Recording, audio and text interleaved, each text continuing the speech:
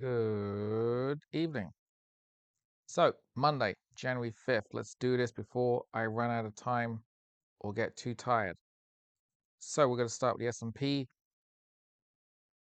An impressive, relative to the weekend incident news, an impressive moderate opening gain, a little rally, a little cooling back.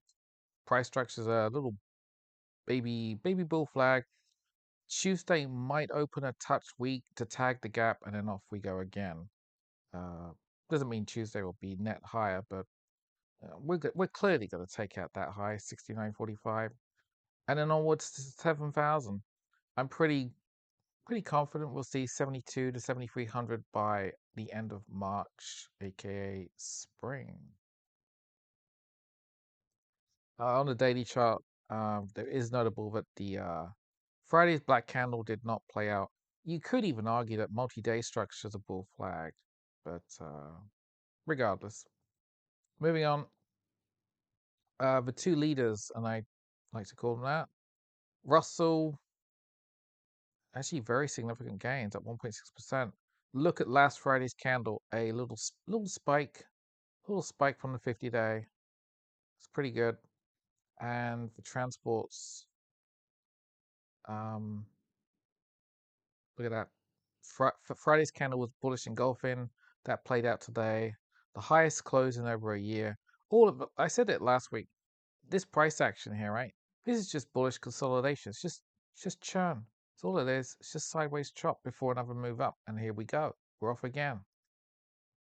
Daily momentum will turn positive. Probably not tomorrow. It might turn positive on either Wednesday. Yeah, it should turn positive by Wednesday, Thursday. Also note that today's volume was significantly higher as we're exiting the holiday doldrums. So things are just starting to get active again, which is good. We don't care about the VIX. I'm gonna just go to flash through some of these daily charts. I mean, look, Apple's Friday candle was actually bearish. That did play out today. We're down 1.4% under the 50-day. This isn't great.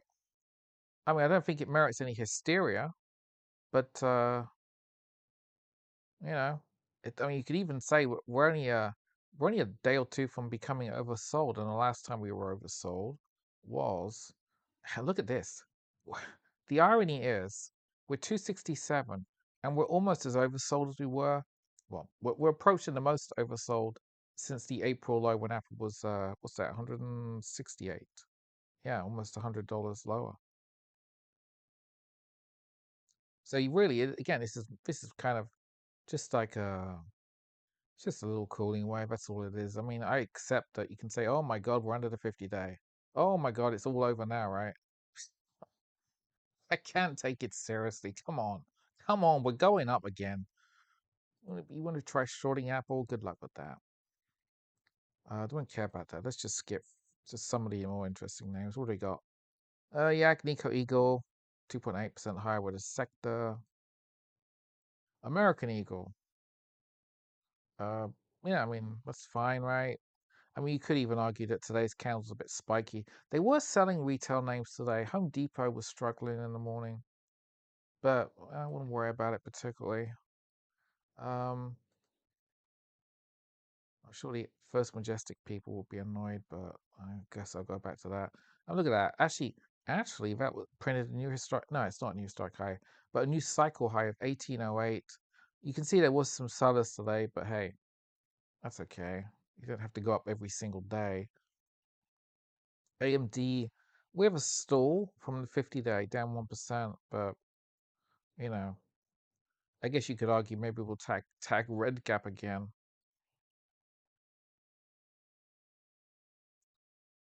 Oh, I'm inclined to just jump through some of these names. And look, this is the good one. Look at this. Look at this. Deckers. I know most of you don't care about it, and that's okay. I get it, right? Who cares about this one? Up 1.2%. Friday, bullish breakout. Monday, new short-term high, 108. Next target, 125. My primary target is 150. Now, I don't expect 150 in January, but we might get 150. you know, could happen late February, early March, maybe. But it is a bullish breakout. I've been droning on about this one for weeks before it got to there and then it pulled back a touch. I mean, look at this. This is textbook. This is beautiful. 105 tests the 200 day, pulls back 97s. That's a reversal candle, by the way. And now we have a breakout on Friday and follow through. I'm right about this one. This one's going up on the way. I'm not wrong. I'm right. Disney, do we care about that? Oh, look at that. Teal gap fully filled to 116. Um, I'll adjust the chart later. I'm not going to do it now. Um, do we care? It's Home Depot. We'll cover that. What have we got? It's down 0.5%. That is a reversal candle though, which is bullish for Tuesday. What next? Don't care about Heckler. Intel down a penny. So a lot of the semicons had early morning upside. There was some selling into the strength, but I mean, this is gonna go above 44, right? I see a lot of chatter out there about $60, and I can agree with that. JP Morgan, that's a new historic high, 334, and that reminds me of Goldman. Goldman, new historic high at 3.7%, 948. Clearly a stock split is coming at some point. It might even do a 10 for 1 when it gets to $1,000. I mean, earnings are next week, I think. I forget what day, but yep. Goldman, JP Morgan, the financials are strong. What next? Lockheed, of course. Look at that. Friday's candle. I talked about it on Friday and Saturday. Bullish engulfing candle up. Clearly helped by Venezuela, but somebody knew. Somebody knew on Friday. Somebody knew what Trump was planning, and they were buying, and they bought it up. It's insider trading. That's what it is. Somebody knew. MP Materials up 6.6%. Look at this. Look at where it floored. 200 day. Beautiful. Friday up. Monday up. Pushing against the 50 day. This is going to go back to 100 and beyond. There's no question about it. It's a coming. Good company, good miner. Don't care about Microsoft. I just don't. I don't care. Micron. So new historic high 325. It did close down 1%, but that's just, you could argue the same happened there and there and there and there. It's just, it doesn't have to go up every hour of the day, right? It can retrace for a few days. It's okay. We're not going to get hysterical about that. Netflix up 0.5%. Again, it did break a news cycle low today of $90. Um, so if you were long, I mean, I guess if you were long, you would have got washed out on Friday. I mean, you can go long, but you want to put a stop in there, right? I mean, in theory, this could come down to $70. That wouldn't be good. Oh, here we go. Here we go again. Here's another one. Nike up 2%, 64.53. It's about to fill teal gap. The bullish breakout threshold, as I've been saying for weeks, is 70. Once you go above 69, we'll call it $70 to be decisive. 70 will offer a run to 90. That looks like it's gonna happen. I was gonna buy here. You know what happened when that CEO came out? That story in the morning about him buying $1 million of stock, and I saw the stock up. I'm like, no, no, I'm not chasing it. I'm letting it go. I'm letting that one go. But looks like it's going to break up in a way. All right, what else? Nvidia. Chop. That's all it is. It's just consolidation. Um, there's so many names here, but I haven't got the time. Rocket Lab up 2.8%, impressive. SMR, look at that, 15% up. So last Wednesday, New Year's Eve was the low. $13. $13 looks like a kilo now. Friday surged. Today follow through. Back above resistance. $18. It was 57. I'm calling this as $100 stock. Probably will take until late summer, but it's $100 stock. I mean, I would almost be tempted to buy some uh, January 2027 leaps. Maybe, I don't know, $50 strike. I don't even know how much those are. I have no idea. But bullish, bullish nuclear, bullish uranium. Target up 1.5%. That's also it's almost, it is actually seeing a midterm bullish breakout. You can argue that maybe it needs to see 106, but my midterm target is 145. Tesla up 3%. I mean, look, last Friday's candle was bearish engulfing, failed to play out. Today's candle's back above the 50-day 451. Momentum's on the low side, net bullish. I'm not a fan though. Recent sales data was terrible. United Health up 1.7% to 342. Look at this. Here we go again. It's another one. It's pushing for a bullish breakout. Anything above 345, a close above 345 would be decisive and offer 460 to 470, which is the lower end of the gap. I don't think that's going to happen in January. No way.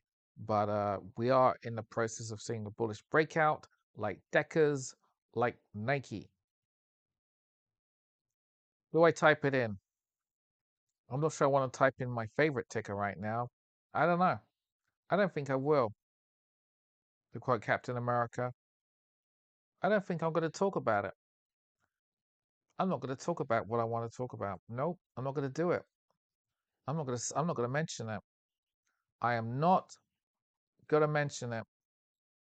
Must not mention. I don't want. Not must not. I choose not to mention it. It's a choice. Either you know about it or you don't. I'm not going to talk about it. Exxon, 2.2%, new historic high. Clearly, the market is hoping that. I will type in those other tickers for the daily charts but yeah, new historic high on Exxon.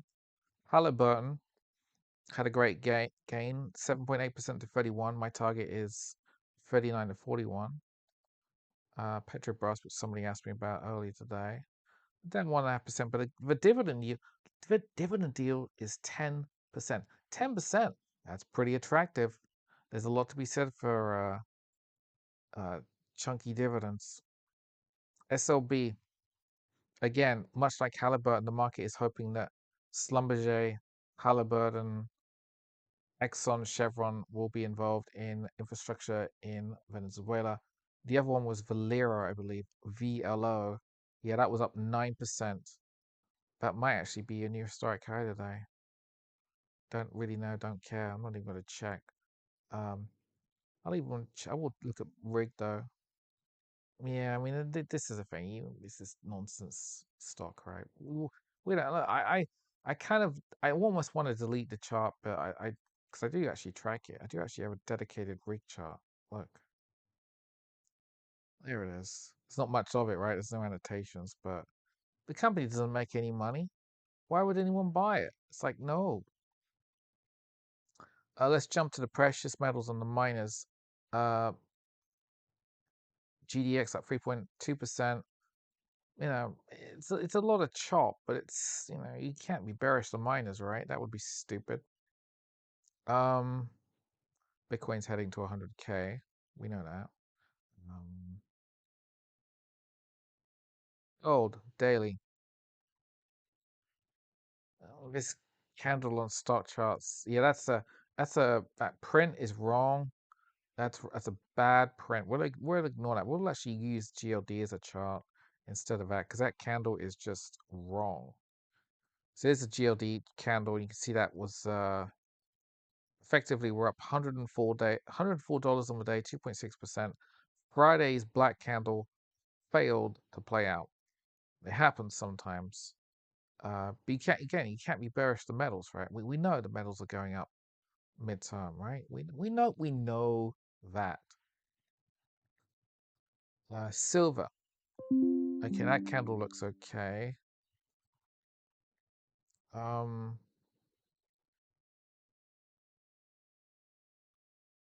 I know I should have turned my email off. That'll teach me. Um, I need to note that down. Hang on. I need to figure out. I need to note down. If I don't do it now, I'm going to forget. Okay. Question. This is a note to myself in 20 minutes. Okay. Now I won't forget. Doesn't make any sense to you, but it's important for me. Silver. Officially, the close was up $3.47, 4.8%, 76.09. Today's candle is black. You can argue that price structure is a multi-day bull flag. To confirm that, you need to go above 83.62, that's a good $7, which is about 9% up. That won't be easy.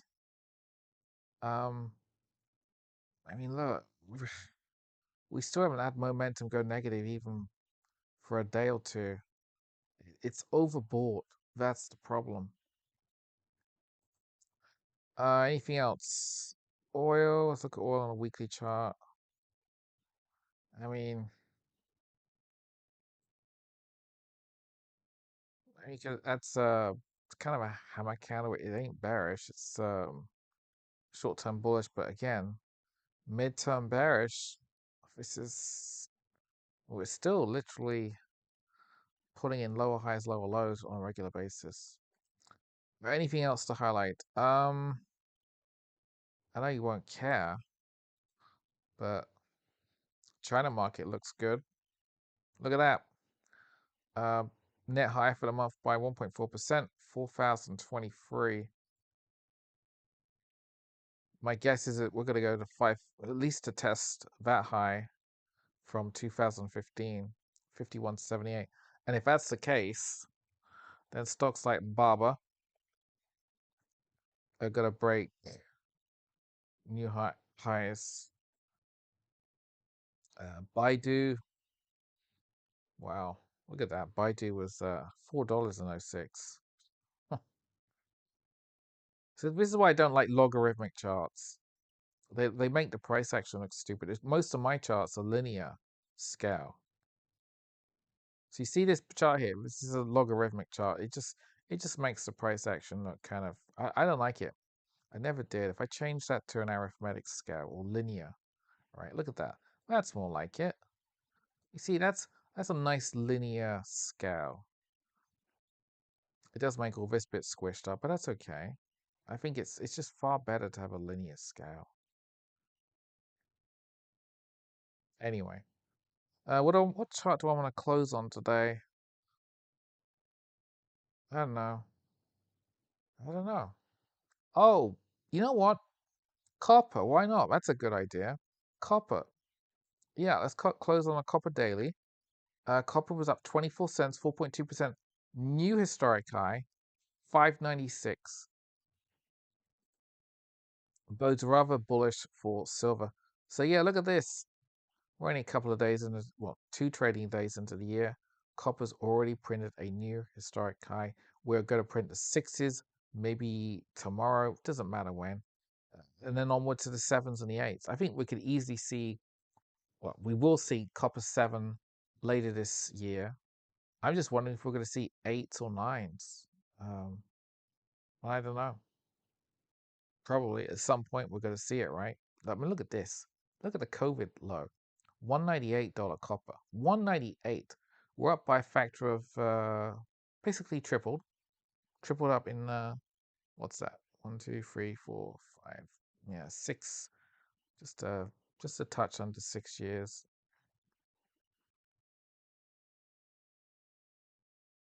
Yeah, we're gonna see 6, 7. $6 copper soon, $7 copper eventually. But anyway, I'm not going to talk about it particularly, but I will say that my day ended on a positive note. Better than expected, I guess you could say. Yeah.